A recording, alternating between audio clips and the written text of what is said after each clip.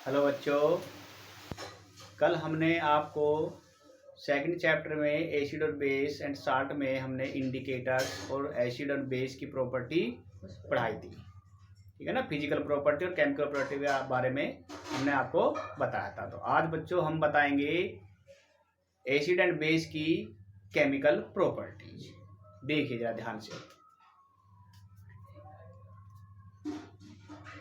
देखो, chemical property of acid and bases. क्या होता है केमिकल प्रॉपर्टी में कि देखिए, रिएक्शन विद मेटल, कोई भी एसिड या बेस, ठीक है ना, हम देखते हैं इसमें क्या होता है जब ये मेटल से रिएक्शन करते हैं। देखिए आप, हमने कोई एसिड ले लिया और उसके साथ हमने मेटल को रिएक्ट किया, ठीक है ना, तो क्या बनता है? साल्ट बनता है और हाइड्रोजन गैस रिलीज होती है। ठीक है ना। जैसे एग्जांपल ले सकते हैं, हमने एक एसिड लिया हाइड्रोक्लोरिक एसिड, ठीक है ना, HCl लिया हमने, उसमें जिंक के कुछ टुकड़े, है ना, या ग्रेन्यूल्स उसमें हमने डाल के देखे। एक टेस्ट ट्यूब में हमने HCl लिया, उस टेस्ट ट्यूब में हमने जिंक के कुछ टुकड़े डाले, तो क्या रिएक्शन होती है, क्या प्रोडक्ट बनता है? ये बनता है ZnCl2। ये एक साल्ट है, ठीक है ना, एक साल्ट है, इसको बोलते हैं जिंक क्लोराइड, और हाइड्रोजन गैस रिलीज हो रही है, ये हाइड्रोजन गैस रिलीज होती है, ठीक है ना। तो यानी कि कहने का मतलब ये है, when acid react with metal to form salt and water, salt and hydrogen gas release होती है।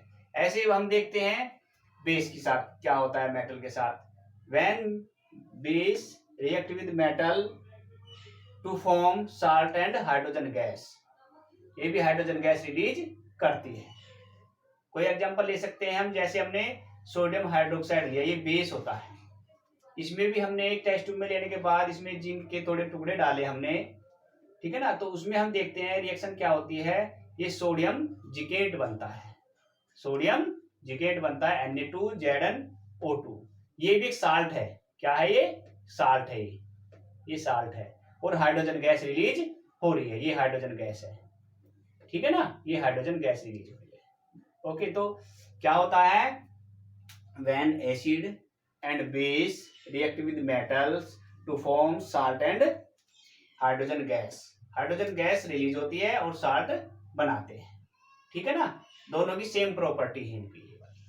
अब नेक्स्ट पेज पे देखते हैं इसकी नेक्स्ट प्रॉपर्टी। ओके, अब हमने पीछे बताया था, देखिए आप, टेस्टिंग ऑफ हाइड्रोजन गैस, जब मेटल के साथ एसिड और बेस की रिएक्शन होती है तो हाइड्रोजन गैस रिलीज होती है। तो हम कैसे दिखाएंगे एक एक्टिविटी के द्वारा कि इसमें हाइड्रोजन गैस रिलीज हो रही है। देखिए, hydrogen gas release can be tested by burning और कैंडल्स नियर गैस बबल्स। क्या होता है कि हमने ये एक एक्टिविटी के लिए हमने एक टेस्ट ट्यूब ली, ठीक है ना, इस टेस्ट ट्यूब में हमने क्या लिया, एक एसिड ले लिया, ठीक है, एसिड लिया इसके अंदर हमने, और इसमें हमने जिंक के Zn, ठीक है ना, Zn के हमने इसमें Zn के टुकड़े डाल दिए, Zn, ठीक है ना। तो इसमें हमने क्या किया, हम देखते हैं कि इसमें से एक ये, इसमें एक ट्यूब होती है ये वाली, इसको यहाँ से जोड़ के, और एक हमने कोई कंटेनर लिया, इसमें हमने सोप है ना, साबुन का पानी भर लिया, ठीक है। इसमें जैसे ये रिएक्शन होती है, यानी कि एसिड में जब हम जिंक के छोटे छोटे टुकड़े डालते हैं तो एक रिएक्शन होती है, इसमें से कुछ गैस निकलती है, और गैस को जैसे हमने एक ट्यूब है, इसमें हमने जैसे इसमें गैस ये गई, प्रवाहित हुई, तो इसमें से बबल्स निकलते हैं, ये बबल्स देखिए, ठीक है ना, ये बबल्स निकल रहे हैं। और जैसे ही हमने इसमें कैंडल ली, उसको कैंडल को जलाया, यानी कि मोमबत्ती को हमने जलाया और इसके पास लेकर आए, जो ये बबल्स ऊपर को आ रहे हैं, तो इसने क्या किया, पॉप साउंड की आवाज रिलीज की, यानी कि पॉप साउंड आई। तो पॉप साउंड से हमें ये पता चलता है कि ये इसमें हाइड्रोजन गैस रिलीज हो रही है, ठीक है ना। कहने का मतलब ये है कि जब भी कोई metals, when metal and base react with metals to form hydrogen gas and salt, यानी कि हाइड्रोजन गैस रिलीज होती है। ठीक है ना। और ये एक्टिविटी के द्वारा हमने बता दिया, जब इसको हम मोमबत्ती इसके पास जलती हुई लेके आते हैं तो इसमें एक पॉप साउंड की आवाज आती है, पटपट की आवाज आती है, जिससे ये शो करता है कि इसमें हाइड्रोजन गैस रिलीज हो रही है। ठीक है ना। आगे आप नेक्स्ट पेज पे देखिए आप। ठीक है, दो प्रॉपर्टीज होगी। अब ये देखिए आप कि reaction of metals, metal carbonates and metal hydrogen carbonate with acid के साथ। अब हम देखेंगे कि एसिड के साथ मेटल कार्बोनेट और मेटल हाइड्रोजन कार्बोनेट की क्या रिएक्शन होती है, क्या प्रोडक्ट बनता है। देखिए आप, हम इसमें एक इस तरीके से समझ सकते हैं कि हमने कोई एसिड लिया, फिर इसमें हमने मेटल कार्बोनेट या फिर मेटल हाइड्रोजन कार्बोनेट लिया, तो क्या बनता है, क्या प्रोडक्ट बनता है, साल्ट बनता है। तो ठीक है, एक CO2 गैस रिलीज होती है और एक वाटर बनता है। ठीक है ना, ये तीन प्रोडक्ट बनते हैं। अब हम इसके थ्रू यहां देख सकते हैं एग्जांपल में कैसे कि हमने HCl लिया, हाइड्रोक्लोरिक एसिड, ठीक है, और ये सोडियम कार्बोनेट ले लिया हमने। सोडियम क्या होती है, एक मेटल होती है, और कार्बोनेट ये आयंस होता है, सोडियम कार्बोनेट लिया हमने। तो क्या इसमें प्रोडक्ट बना, एक तो NaCl बना, देखिए ये NaCl बना, ये साल्ट है। ठीक है ना, एक CO2 गैस रिलीज हुई और एक वाटर बना। ये तीनों चीज जो हमने यहाँ बताई थी ना, ये तीनों ये यहाँ से आपको दिखाई दे रही है। ठीक है, ये अब नेक्स्ट देखते हैं एग्जांपल, जैसे हमने HCl लिया, ठीक है ना, ये भी हाइड्रोक्लोरिक एसिड है, और हम लेते हैं ये सोडियम मेटल हाइड्रोजन कार्बोनेट, ये सोडियम हाइड्रोजन कार्बोनेट, क्या नाम है इसका, सोडियम हाइड्रोजन कार्बोनेट। इसमें जब हम रिएक्शन कराते हैं तो क्या बनता है, इसमें भी साल्ट बना है, एक NaCl, कार्बन डाइऑक्साइड गैस और वाटर बन गया। ठीक है ना, तो ये दो रिएक्शन हो गई हमारी मेटल कार्बोनेट के साथ और एक मेटल हाइड्रोजन कार्बोनेट के साथ। तो दोबारा समझ सकते हैं क्या क्या बनता है, एक तो साल्ट बनता है और एक CO2 गैस रिलीज होती है और एक वाटर बनता है। ठीक है, अब हम देखते हैं, ये तो हो गई हमारी एसिड के साथ। ठीक है ना, एसिड के साथ मेटल कार्बोनेट और मेटल हाइड्रोजन कार्बोनेट रिएक्शन करते हैं तो क्या प्रोडक्ट बनता है। अब हम देखते हैं ये बेस है, ठीक है ना, ये बेस है, बेस के साथ क्या होता है कि जो मेटल कार्बोनेट्स हैं और मेटल हाइड्रोजन कार्बोनेट हैं, देखिए base do not react with metal carbonate and metal hydrogen carbonate, यानी कि metal carbonate and metal hydrogen carbonate do not react with base, base के साथ कोई रिएक्शन नहीं करते। कहने का मतलब इस दोबारा समझिए कि base do not react with metal carbonate and metal hydrogen carbonate के साथ कोई रिएक्शन नहीं करते, कोई प्रोडक्ट नहीं बनता। अब देखिए नेक्स्ट पेज। अब जैसे हमने अभी जो पीछे पेज गया है हमारा, उस पेज में हमने क्या देखा था कि जब मेटल हाइड्रोजन कार्बोनेट और मेटल कार्बोनेट किसी भी एसिड से रिएक्शन करती है तो CO2 गैस रिलीज होती है। तो इसकी हम टेस्टिंग कैसे कर सकते हैं, टेस्टिंग ऑफ CO2 यानी कि कार्बन डाइऑक्साइड की गैस की हम कैसे टेस्टिंग कर सकते हैं, हमें कैसे पता लग सकता है कि इसमें कार्बन डाइऑक्साइड गैस रिलीज हो रही है। तो हम क्या करते हैं, CO2 can be tested by passing it through lime water. ये लाइम वाटर है, देखिए ये लाइम वाटर है, ये वाला ये लाइम वाटर है, कैल्शियम हाइड्रोक्साइड गैस का दूसरा नाम, इसे सेलेक्ट लाइम भी कहते हैं। ठीक है, इसको हमने CO2, इसे क्या करेंगे, हम एक टेस्ट ट्यूब में ले लेंगे। ठीक है ना, इसको हमने टेस्ट ट्यूब में ले लिया, जैसे ये ना, और इसमें CO2 गैस इसमें फ्लो की, हमने इसके अंदर इसके कांटेक्ट में आई, तो ये क्या होता है, लाइम वाटर ये मिल्की वाइट बन जाता है, यानी कैल्शियम कार्बोनेट एक प्रोडक्ट बनाता है और वाटर बनता है। ठीक है ना, समझ रहे हो ना। कहने का मतलब ये है कि अगर हम लाइम वाटर में CO2 गैस को प्रवाहित करें, यानी कि इसके अंदर कांटेक्ट में लेकर आए, तो क्या होगा कि कैल्शियम कार्बोनेट और वाटर बनता है, और कैल्शियम कार्बोनेट का जो सॉल्यूशन होता है वो एक मिल्की हो जाता है, व्हाइट व्हाइट हो जाता है थोड़ा।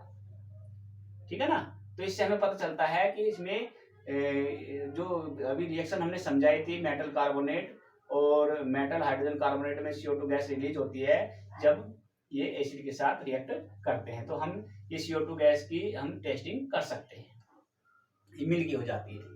अब देखते हैं, अगर मान लीजिए लाइम वाटर में हम और बढ़ा दें और CO2 की मात्रा और एक्सिस कर दें, ठीक है ना, when axis CO2 is pass, मतलब हमने और थोड़ा सा इसकी क्वांटिटी बढ़ा दी कार्बन डाइऑक्साइड गैस की, तो क्या होगा, ये कैल्शियम कार्बोनेट जो बना था मिल्की वाइट का, ये देखो ये रहा, ये कैल्शियम कार्बोनेट है, इसमें CO2 हमने और बढ़ा दी, एक्सिस का मतलब इसमें और बढ़ा दी, है ना, तो इसमें क्या बनेगा, इसमें बनेगा कैल्शियम हाइड्रोजन कार्बोनेट, ये बनता है, ठीक है ना, कैल्शियम हाइड्रोजन कार्बोनेट या कैल्शियम बाइकार्बोनेट बन जाता है इसमें, और ये कलरलेस होता है, इसका कोई कलर नहीं होता। समझ में आ गया?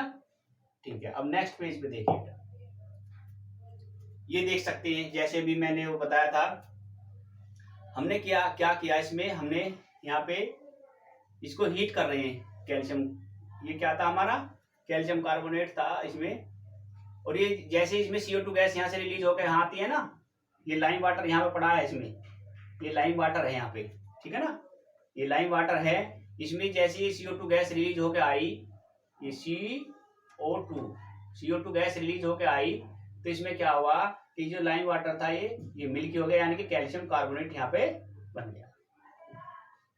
चलिए आप आगे चलो, नेक्स्ट पेज देखिए।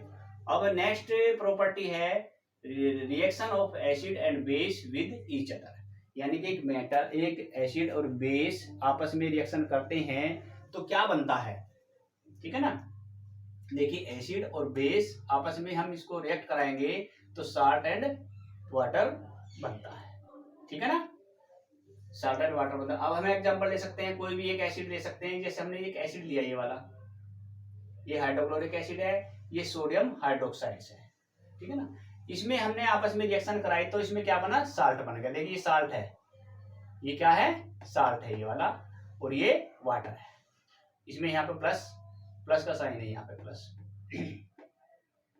ये प्लस, ठीक है ना,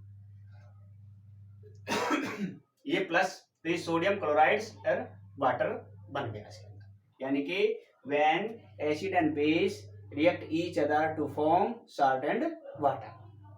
ओके, देखिए वाला।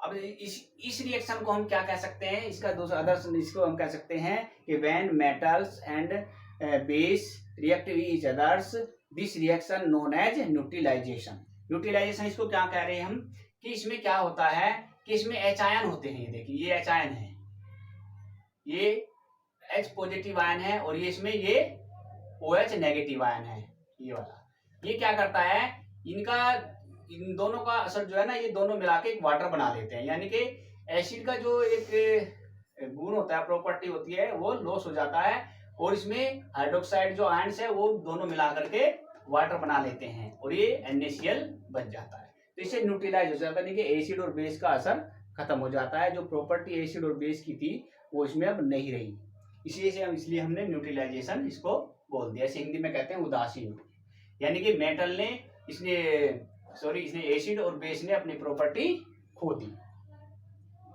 अब देखिए न्यूट्रलाइजेशन रिएक्शन क्या होती है, when an acid and base react, आपस में रिएक्ट करते हैं to form water and salt, called neutralization reactions, ठीक है भाई, ये देखिए, यानी कि when acid and base react each other to form salt and waters, this reaction known as neutralization reaction.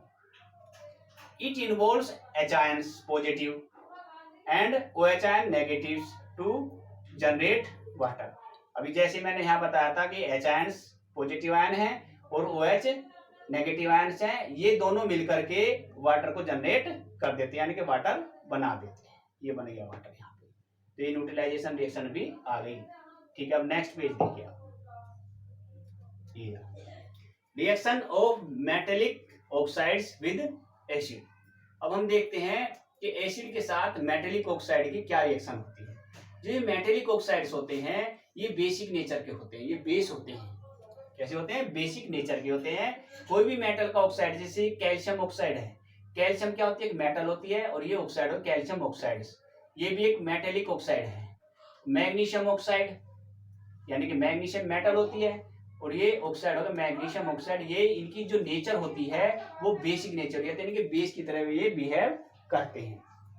ठीक है, अब देखते हैं हम, ये हमने मान लीजिए कोई एसिड लिया और मेटेलिक ऑक्साइड ले लिया, तो क्या बना, साल्ट एंड वाटर बना। कहने का मतलब होता है कि when metallic oxides react with acid to form salt and water. Okay, देखिए हमने HCl लिया, ये एक एसिड है, और कैल्शियम ऑक्साइड जैसे कि हमने यहाँ बताया था, ये क्या है, मेटेलिक ऑक्साइड, क्योंकि कैल्शियम होती है एक मेटल, उसका ऑक्साइड है ये। ठीक है, और जैसे ही आपस में रिएक्शन करते हैं तो क्या बना, कैल्शियम क्लोराइड और वाटर, ये देखो ये वाटर बन गया, यानी कि ये क्या है, साल्ट है और ये वाटर है।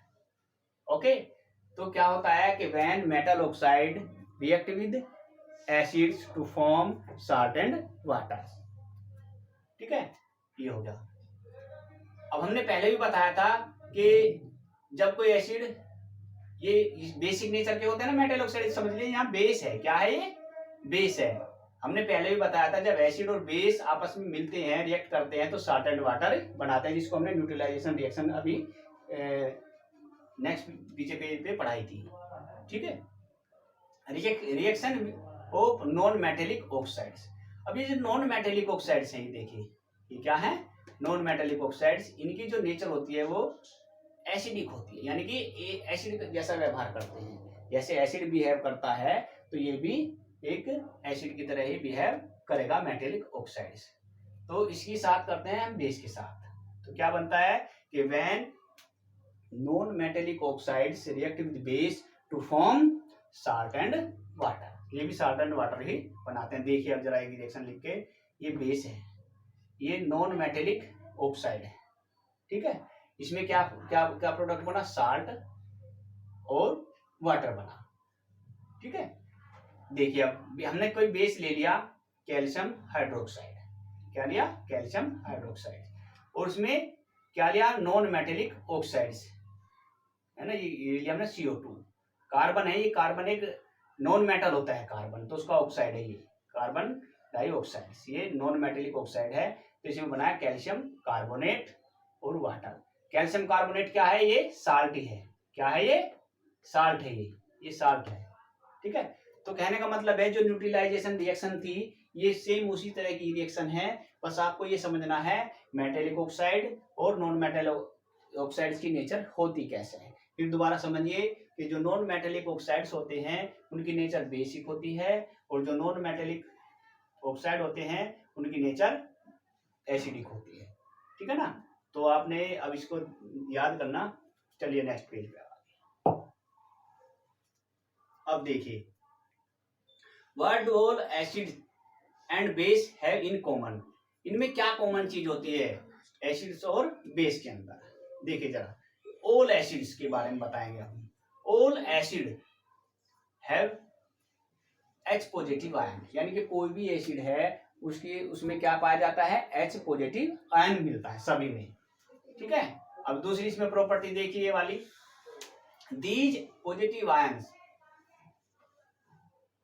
Responsible for their acidic property, यानी कि किसी भी एसिडिक के अंदर जो ये एसिड की जो प्रॉपर्टी मिलती है वो H आयन पॉजिटिव के कारण ही इसमें ये रेस्पॉन्सिबल होता है एसिड के लिए। यानी कि अगर ये H आयन है तो समझ लीजिए आप उसमें एसिड ही होगा।